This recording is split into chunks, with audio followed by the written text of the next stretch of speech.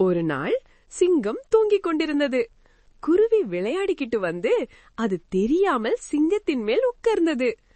அச்சச்சோ! சிங்கம் எழுந்து, யாரிடு என்று கோபம்.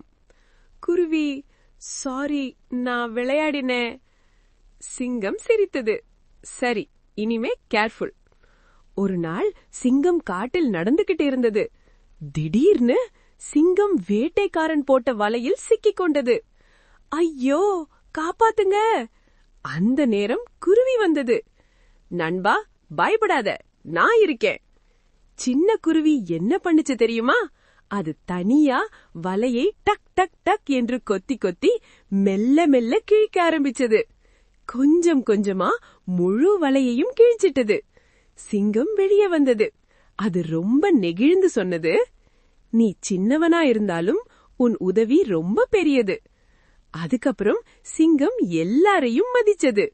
குருவி அதன் மிகச்சிறந்த நண்பனானது.